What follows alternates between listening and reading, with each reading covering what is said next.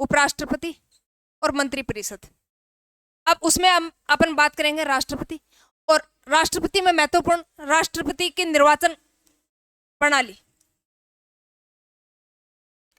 और आपको पता है ये आर्टिकल 55 में। अब अपन ये समझेंगे कि राष्ट्रपति का चुनाव होता किस प्रकार से है। क्या राष्ट्रपति का चुनाव है वो होता किस प्रकार से है?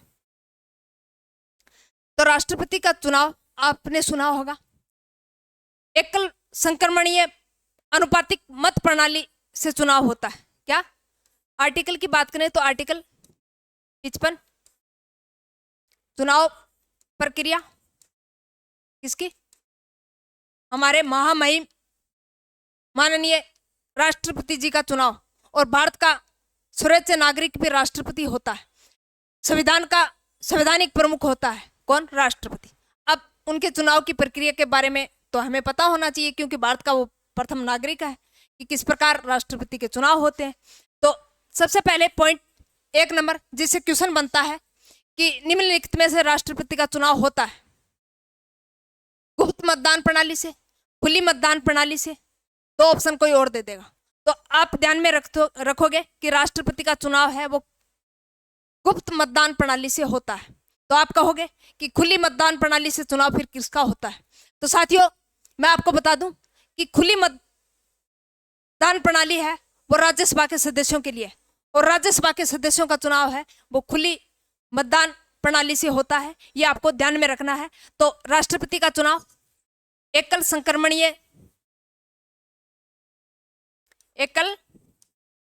संक्रमणीय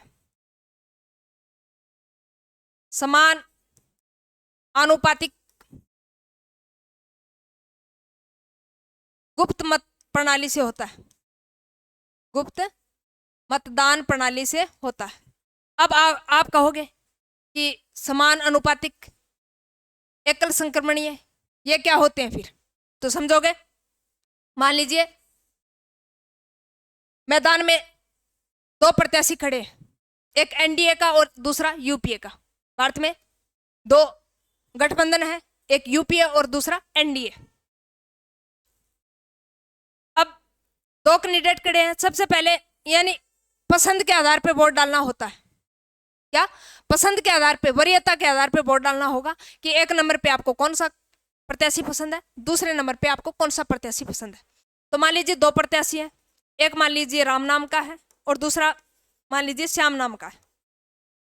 एक प्रत्याशी राम नाम का और दूसरा श्याम नाम का, दोनों को वोट डालने हैं, वोट दोनों को ही डालने हैं। और आपको पता है राष्ट्रपति के चुनाव में कौन भाग लेता है? लोकसभा के सदस्य, राज्यसभा के सदस्य, यह नहीं कि सारे, सिर्फ निर्वाचित सदस्य, लोकसभा के निर्वाचित सदस्य, राज्यसभा के निर्वाचित सदस्य, और जितनी भी विधानसभाएं हैं पूरे भारत के अंदर सभी राज्यों की विधानसभा के निर्वाचित सदस्य राष्ट्रपति के चुनाव में भाग लेते हैं। अब राष्ट्रपति के चुनाव में भाग लेता कौन नहीं है? लोकसभा के मनोनीत सदस्य, राज्यसभा के मनोनीत सदस्य और विधान परिषद के सदस्य और विधानसभा में मनोनीत सदस्य हैं, वो राष्ट्रपति के चुनाव में भाग नहीं लेते हैं। यह भी अपने को ध्यान में रखना है। अब मान लीजिए दो प्रत्याशी हैं, दो कैंडिडेट हैं, राम और श्याम। मान लीजिए मेरे को राम नाम का व्यक्ति पसंद है 1 नंबर पे, मैंने सबसे ज्यादा मैं पसंद करती हूँ किसको? राम नाम के व्यक्ति को। मैंने 1 नंबर पे किसको वोट डाल दिया? राम नाम के व्यक्ति को। 1 नंबर पे किसका साइन? राम नाम का।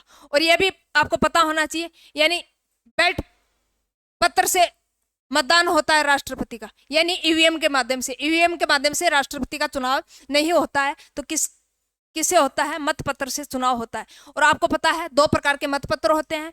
एमपी का होता है लाल रंग का, मेंबर ऑफ पार्लियामेंट जिसको सांसद बोलते हैं, उसका लाल रंग का होता है। और जो विधायक है, एमएलए,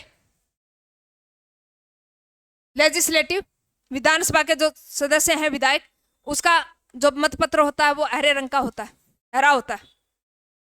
अब 1 नंबर पे मेरे को राम नाम पसंद है और दूसरे नंबर पे मेरे को श्याम पसंद है, तो 2 नंबर पे मैं श्याम को लगा दूंगा। यह नहीं कि मैंने राम नाम के आगे वोट डाल दिया और श्याम नाम के आगे वोट डाला ही नहीं, इसका मतलब मेरा वोट वैध नहीं है, खारिज हो गया। क्या? मेरा वोट खारिज हो गया। अब पहले तो ये क्रम होगा और जिसके सर्वाधिक पसंद के आधार पर सर्वाधिक वोट आएंगे, पहले तो यह होगा, उसके बाद में वोटिंग होगी तो ये तो हाँ समान अनुपातिक रूप से कि समान अनुपात में वोट डालना होगा। पहले यानी 2 प्रत्याशी हैं तो 2 को वोट डालना पड़ेगा, 5 प्रत्याशी अगर मैदान में है तो 5 को ही वोट डालना पड़ेगा। लेकिन पसंद के आधार पे 1 नंबर पे कौन पसंद है, 2 नंबर पे कौन पसंद है, 3 नंबर पे कौन पसंद है, 5 नंबर पे कौन पसंद है, पसंद के आधार पे वोट सभी को डालना पड़ेगा, लेकिन अपनी अपनी पसंद के आधार पे। उसके बाद ये तो हुई एक समान अनुपातिक प्रणाली। अब बात करेंगे कि फिर संक्रमणीय क्या होता है। संक्रमणीय बोल दो, हस्तांतरणीय बोल दो, एक ही बात है। यानी कंफ्यूज नहीं होना है, चाहे वो इस नाम से पूछे आपको क्वेश्चन, चाहे हस्तांतरण नाम से पूछे, दोनों का मतलब एक ही होता है। अब संक्रमण, मान लीजिए 3 व्यक्ति हैं चुनाव मैदान के अंदर, कितने व्यक्ति हैं, 3 व्यक्ति हैं। अब 3 व्यक्ति हैं, एक को मान लीजिए ए नाम का व्यक्ति है, दूसरा बी नाम का और तीसरा सी नाम का। एक को मान लीजिए 40% वोट मिल गए, दूसरे को मान लीजिए 35% वोट मिल गए और चौथे को 25% वोट मिल गए। अब 4 नंबर वाला, इसको तो सबसे कम मिले, तो ये तो चुनाव की प्रक्रिया से क्या हो गया, बाहर हो गया। अब चुनाव की प्रक्रिया से ये बाहर हो गया तो अब इनको पूरा कोटा मिला ही नहीं है। पूरे कोटे का मतलब है यानी आधे से एक अधिक, आधे से एक अधिक,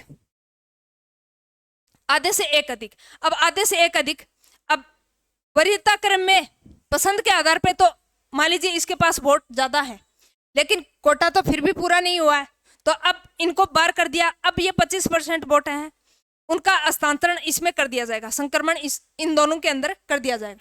अब दोनों को बराबर बराबर तो नहीं कर सकते, 12.5 ऐसा नहीं होगा। तो क्या होगा, यानी इनसे पूछेंगे जो 25% जो सदस्य जिन्होंने वोट डाला है, 25% ने तीसरे नंबर कैंडिडेट को पसंद किया है, तो उनसे पूछेंगे कि आप 2 नंबर पे आपको कौन सा पसंद है।